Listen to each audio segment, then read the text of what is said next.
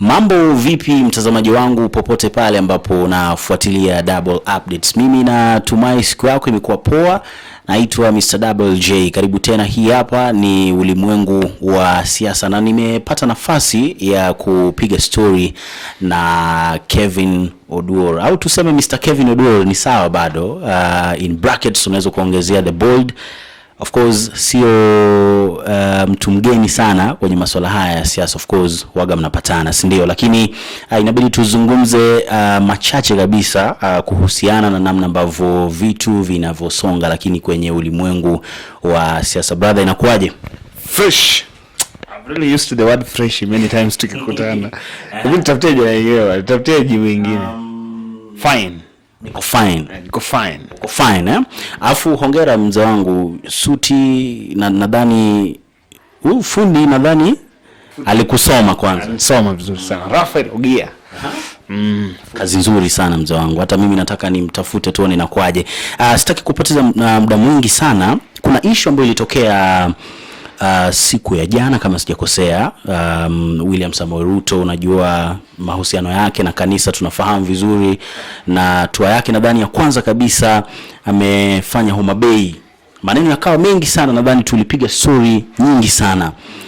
Ikawa umejaribu kugusia issue ya style yake ya kutembelea makanisa, kutaka pia na au kuweka mpango wa mwaka 2027 na nini, namna ambavyo walifanya kipindi cha nyuma kidogo. Ikawa watu wanafikiria kwamba ndo anaweza akatumia bado kwa convince watu ambao wanatokea Luo Nyanza au Luo Nation.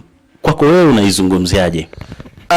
First I want to say I am so happy by the fact that when Ruto went to Homa Bay, I repeat, Ruto is the president, and so the warm welcome was it was nice, and of course we applaud that.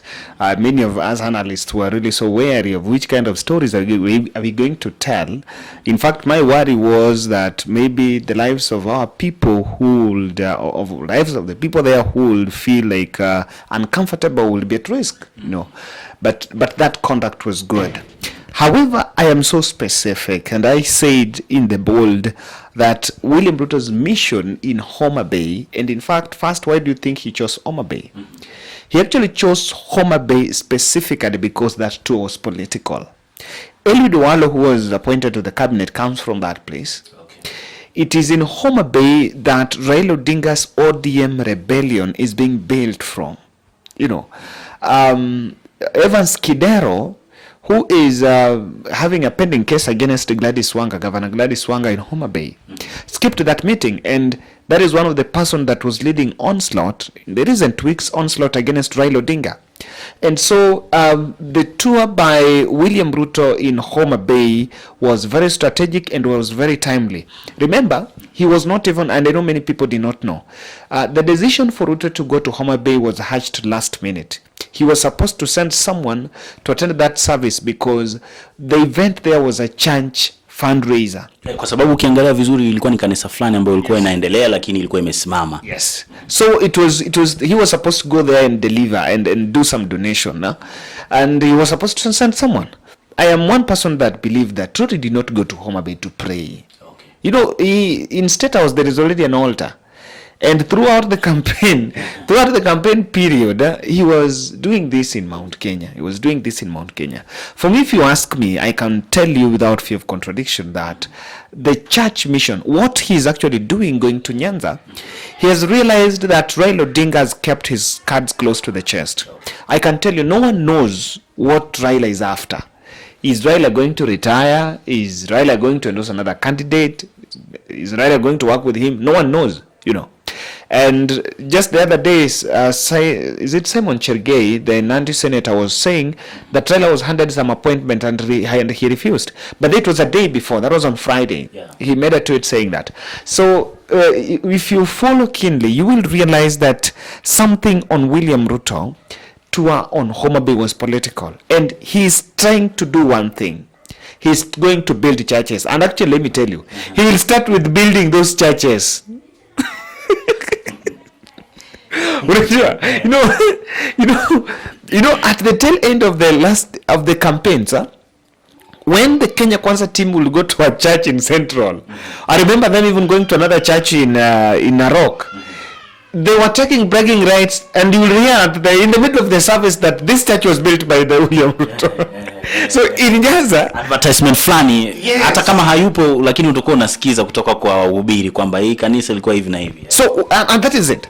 You know, like in South Nyanza, he has to go the alternative of building those alternative churches, those evangelical churches, because there the deep-rooted church is SDA, and you know SDA have their own doctrine that you cannot penetrate the political schemes cannot penetrate through the SDA system. So what he is actually doing, he went there to create, just to make sure that he can start building the churches. You will not be shocked. Next time he goes to Siaya, he will build a church. You go to Migori, build another one. Go to Kisumu and build another one. Because the political leadership failed. It is after going through the church and getting those leaders, getting the church leaders, that now he will now attract the interest. That's what happened in Mount Kenya. And I'm saying this. Nyanza is different. Kwa sababu gani? Kwa sababu Mount Kenya alitumia style hiyo akafanikiwa. It's different. My good friend Jackie will tell you. The reason why it can't succeed in Nyanza is, number one, the church council in Nyanza have never superseded the Luo council. Okay. Unaelewa? In central Kenya, there is what is called Mudhamaki. Mudhamaki are the Uhuru Kenyatas, the Kikuyu council. Then we have the Gitonga. Gitonga are the business moguls. These are the Mount Kenya Foundation. Then you have the Njamba, the warriors. Then these three are seen to be the ones for the community. But then there is the church council. You understand? Yeah. So the church council in central Kenya is very strong and has a say. You know why? And sorry to say, there is a society breakdown. You understand? And I'm not going to preach, but there is a society breakdown. This is what I mean. Someone was actually telling me that the descendants of Mau Mau, like the Rigathi Gachagua and the team, the descendants of Mau Mau, really, their lives have not been going well. And what they have opted to do is to go to church for counsel. And church is the fabric of the community in central Kenya. So, and remember, the majority there are the Wamamas, the women groups and all that. Okay. Now, when you go to Nyanza, it's totally different. There is no church council that you can say will supersede. Wewe ushaisikia ati wale mabishop wa Nyanza waliita Raila wakaeka sasa wewe mzee fanya hivi. Ni ngumu sana. They have never, and again the conscious level is a bit different. You know, the conscious, like if you look at the economy of people around the lake, unaelewa? Pale, you know, pale I've gone to around the lake, you know, things suggest the way you can live. You live your life. You understand? So, the church council will not work in Luo Nyanza because they have never been a voice. Unless someone now wants to give them a voice. But you know, the political leadership is united. You can only, the church strategy can only thrive. It only thrived in Mount Kenya because the political leadership was divided. There was team Uhuru and there was team Gachagua and this team. In Luo Nyanza, let me not lie to you. Those politicians are united and they might be disunited in everything, but they are all members of ODM party. Some of them have used ODM. If you look at Anyang' Nyong'o, he's a life member of ODM. At one day he was a Secretary General of ODM party. Look at James Orengo. Look at Ochila Yako. Look at those senators in those areas. Those are people that are united at ODM. So when the church council will want to supersede and now try to put some alternative leadership from outside, the political leadership will run rogue, will rain on them. And so that's why it can't really work. I can tell you that. It can't work. And again, you see, it is about the donation. It's very easy for the political class to wakatai hiyo wachukue donation, wakishachukua hiyo donation and they go to Raila and tell those people that tuliletewa pesa hapa na hiyo pesa imeibiwa. You understand? Character assassination of William Ruto in Nyanza is very strong. That you will go through the church and give those young people money, but after that people will go to rally and they will be told that hiyo pesa ni ya wizi. And with that, watakula pesa na watulie. Watakwambia ni kuyaisha jamna. And they'll take that money and go. So, totally it can't work. Watu wanasema kwamba njia pekee ambayo anaweza kutumia William Samoei Ruto kupata nadhani tuseme support Luo Nyanza ni through Raila Odinga. Kando na hiyo itakuwa vigumu sana. Wewe kwako unaizungumziaje? At least now I am not trying to say that there is strong Odingaism. It's not about Odingaism. This is not about Odinga family. This is about someone who is the leader. The Luo Nyanza spokesperson as we talk now is Raila Odinga. It's not about, let's not lie. Raila has been in the ballot for how many years? 5 times. This was the most senior Luo who was close to power, the highest office. Hakuna mwingine. Even if you are to tell mtoto arrive and my young girl, Kayla umulize, who does he know? So there is no way, and yes, you can circumvent every means. You can go through David Oching, my good friend David, you can go through the rest, but for you to be legitimate and to be known that, okay, what this guy is saying is the truth and this can work, for you to get your legitimacy, you must involve Raila. You should involve. I'm not saying you must, but you should. Directly or indirectly. But he must be somewhere in the picture. Otherwise, that move will be seen as you're not honest. If someone say, wewe bwana, wewe uko serious bwana, wewe unasema tu utaki kutusaidia. Mbona uje na mzee? Those things will always come. Unadhani ni kwa sababu gani hakutoa nafasi? Juzi tumeona list yake CS na nini. Luo Nyanza nadhani ni labda mtu mmoja tu Owalo, lakini ukiangalia vizuri ni mtu ambaye amekuwa akifanya na yeye kazi. Unadhani ni kwa sababu gani hakupeana nafasi na hata kama alipeana nafasi tuseme kwa mtu kama Mdavadi na Owalo, ni nafasi ambazo hazina ushawishi, yani hazina nguvu sana, tuseme inaweza ikabadilisha labda mawazo na nini na vitu kama hivyo. Hii unaizungumziaje? Unadhani ni kwa sababu gani ali avoid kabisa kupeana nafasi ambazo ni strong, tuseme Western, na mtu kama Mdavadi, mtu kama yani pande hizo zingine? Politics is about numbers. And it doesn't end at voting. Even this government, the whole conversation about I'm going to work with everyone is just to bring in the unity aspect. But at the table, you get what you brought. Kama ulikuja na short, utatoka na short. If you came to that table, the votes is what will give you. William Ruto did not get votes in Nyanza. So, and I don't expect him to, of course everyone stands a chance. Everyone must be in that cabinet. Everyone should have a share of government.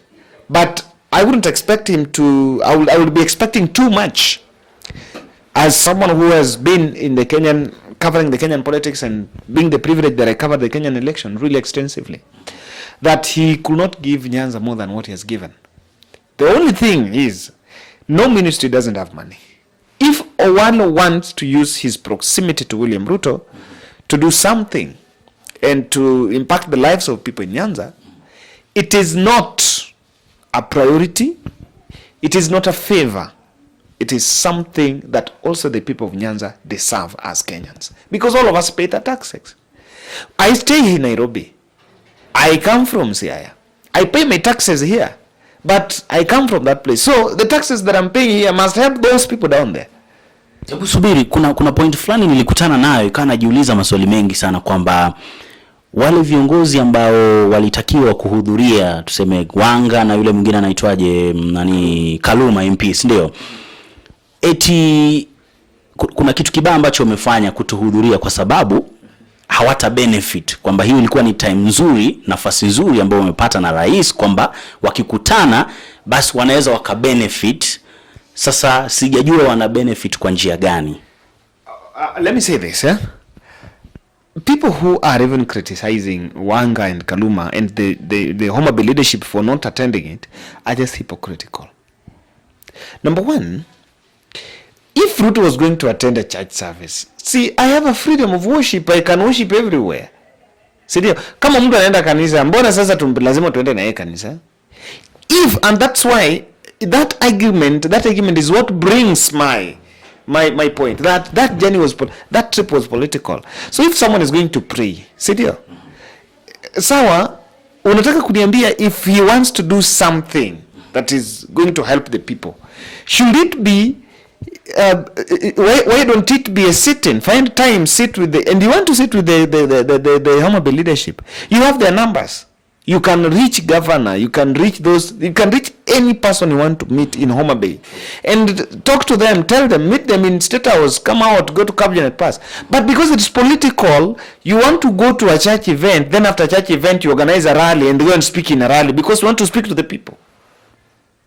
So. And how does sitting next to a president bring development? Let's be genuine. Okay, fine. The governor and Pondo Kalama did not attend. Those people who are with William Ruto there, are they not from Luo? That's my point. Are they not from that place? Are they not from that place? Najua, one way where president can normally help a region, akienda ni ana make observation. Sindio? Kana mbiwa sasa hiyo barabara tumefuata, anaambia anapitishwa kwa hiyo barabara mbaya, so that aone barabara then anasema hivi unapitisha kwa hizo vichochoro huku Roma inja gani. So akienda huko akiuliza his details ndio afanye, unaelewa. But let me tell you, there's nothing that William Ruto said in that campaign trail while he's in Homa Bay that he said it because he went there.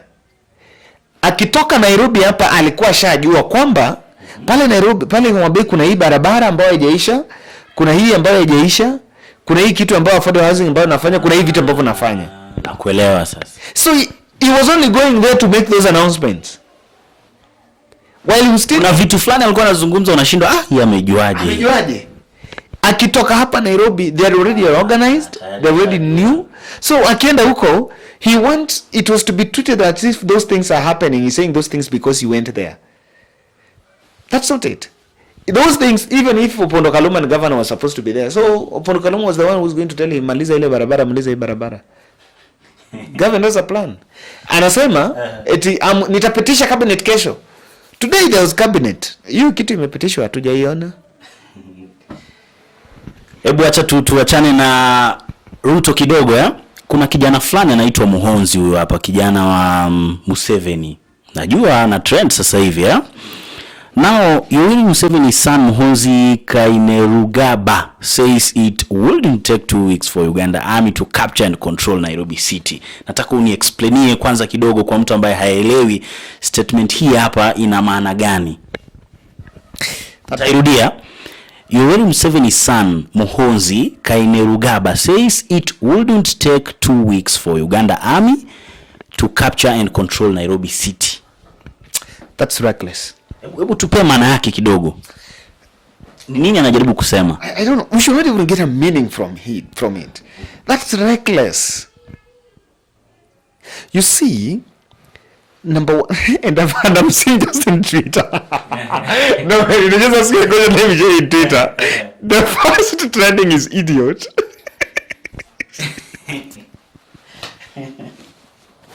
I know. You know the reason why this is trending? This one idiot is trending because of him. You know, the idiot is number one.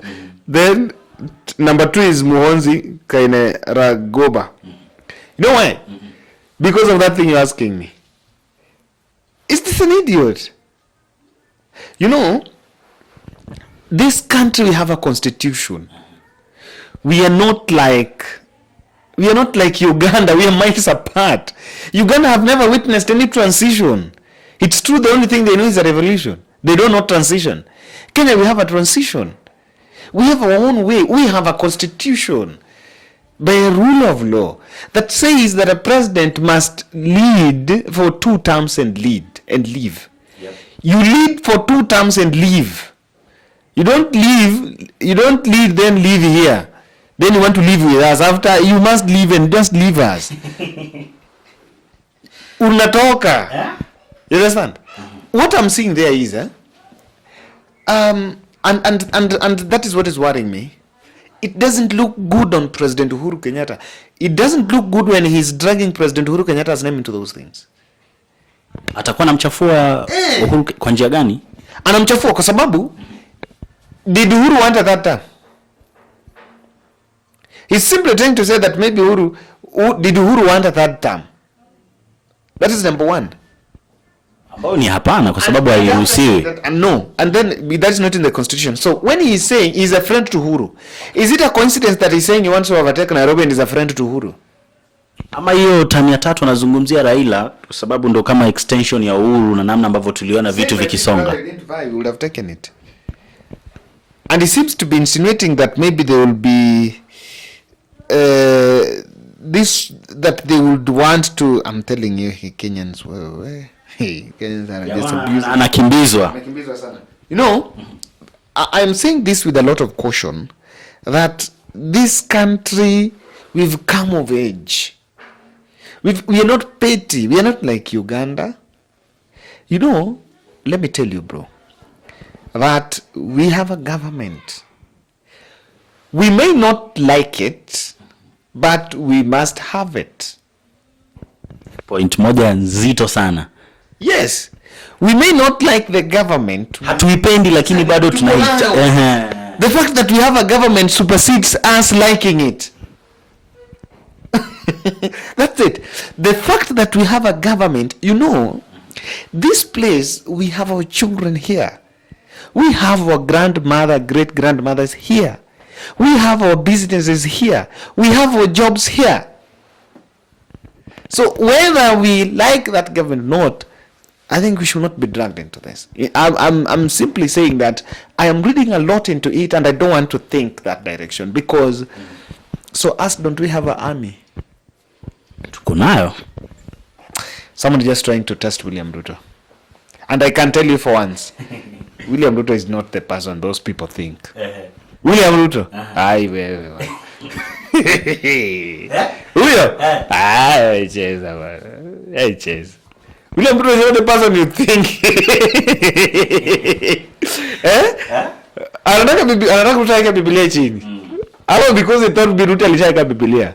He was given a sword in Kasarani. Mimi sijajua hata ni kitu kipi ambacho. Or we pay. Wacha tuone. But it was reckless. Ilikuwa ni noma Okay, nice. Sijajua ni kitu kipi ambacho unaweza ukazungumzia issue ya mwanae Museveni kusema kwamba na uwezo fulani wa kutuvuruga. Unajua ndo mtu ambaye anasimamia army na nini, so anasema kwamba yeye ni wiki ngapi 2 tu alafu anaweza katuvuruga. Yani anazungumzia Nairobi. Kwako wewe unaizungumziaje? Ni picha gani ambayo unaona? Nataka uniachie maoni yako hapo. Uhuru Kenyatta would have won easily a third term. You know Uhuru was not going to vie in the constitution. Did he want to give Uhuru a third term? Yani yeye mwenye anajua Uhuru angevai. And you know his message is this. He says Uhuru Kenyatta would have easily won a third term. Does it say that if Uhuru wanted Raila to be president, Uhuru would have done that? No. Watakuwa anasema hivyo kwa sababu kama Uhuru angeshinda kirahisi. Raila. Okay. Raila is a man with the people. This one is against what the people want. Now, this one is against what the people want. He will not stand with Muhoonzi. At least not now. No. Nitupie maoni yako hapo chini kwenye sehemu ya comments, lakini kwa support yoyote kwa mtu ambaye anafurahia kazi ambayo tunafanya bwana, sio vibaya. Nambari yangu nimeweka hapo kwenye comment section, nimepin hapo juu, unaweza ukacheza nayo. Na kitu kikubwa ni wewe ambaye hauja subscribe, hakikisha kwamba una subscribe kwa ajili ya kuendelea kupata taarifa nyingi na mpya kila wakati. Bye bye.